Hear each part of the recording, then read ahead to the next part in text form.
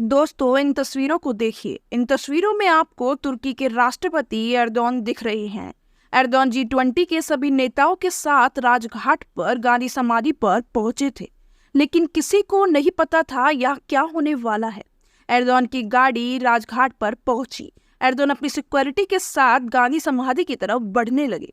PM Modi पहले से ही Erdogan का इंतजार कर रहे थे, लेकिन अचानक कुछ ऐसा हुआ जिसने सबको हैरान कर दिया। आप जानते ही हैं कि G20 के चलते दिल्ली में जबरदस्त सिक्योरिटी थी। भारतीय सुरक्षा एजेंसियों की नज़र से कोई नहीं बच सकता था। ऐसे में भारत के सुरक्षा एजेंसियों के अधिकारियों को एर्दोगन की सिक्योरिटी में लगे एक ऑफिसर के हाथ में नीला बैग दिखा। तुर्की के ये सिक्योरिटी ऑफिसर एर्दोगन के पीछे ये बैग लेकर चल रहे थे, लेकिन भारतीय सुरक्षा एजेंसियों के अधिकारियों ने एर्दोगन के सिक्योरिटी ऑफिसर को रोक दिया। अचानक वहां पर गहमा-गहमी की स्थिति बन गई। इस दौरान भारत के सिक्योरिटी एजेंसियों के अधिकारियों ने बैग की तलाशी ली। इस दौरान एर्दोगन लगातार आगे बढ़ते जा रहे थे। एर्दोगन को अंदाजा ही नहीं था कि पीछे क्या चल रहा है, लेकिन अचानक एर्दोगन के साथ चल रही एक महिला ट्रांसलेटर ने पीछे मुड़ के देखा। इस महिला ट्रांसलेटर ने भारतीय अधिकारियों को बोला कि इस बैग में कुछ जरूरी सामान है। यह बैग राष्ट्रपति एर्दोगन के साथ होना चाहिए।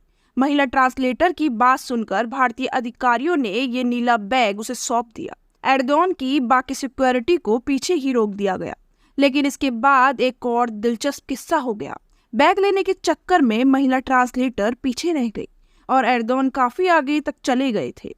इसी के बाद महिला ट्रांसलेटर भागते हुए उनके पास पहुंची, लेकिन अब भारतीय सुरक्षा अधिकारियों ने इस महिला ट्रांसलेटर को भी रोक दिया। इस ट्रांसलेटर को बताया गया कि उसे दूसरे रास्ते से जाना है। जिस रास्ते से वह जा रही है वहां से सिर्फ और सिर्फ एर्दोगन ही जा सकते हैं। महिला ट्रांसलेटर भारतीय सुरक्षा अधिकारियों को बताती रही कि उसे राष्ट्रपति एर्दोगन के साथ ही रहना है, लेकिन भारतीय अधिकारियों ने इस महिला ट्रांसलेटर को रोक दिया। लेकिन इस बार इस पूरे वाक्य पर एर्दोगन की नजर पड़ी। एर्दोगन ने पीछे मुड़कर देखा तो वह महिला ट्रांसलेटर कुछ बोलने की कोशिश कर रही थी। इस दौरान पीएम मोदी भी स्टेज पर एर्दोगन का इंतजार कर रहे थे। बाद में इस महिला ट्रांसलेटर ने बैग से कुछ सामान निकाला और एर्दोगन को दे दिया। उसके बाद महिला ट्रांसलेटर को वहां से वापस भेज दिया गया। इसके बाद तुर्की के राष्ट्रपति एर्दोगन स्टेज पर पहुंचे, जहां पीएम मोदी ने उनका स्वागत किया। आप सभी इस वीडियो के जरिए ये देख सकते हैं कि भारतीय सुरक्षा एजेंसियां कितनी चौकन्नी थी और भारतीय सुरक्षा एजेंसियां किसी भी तरह का रिस्क नहीं लेना चाहती थी।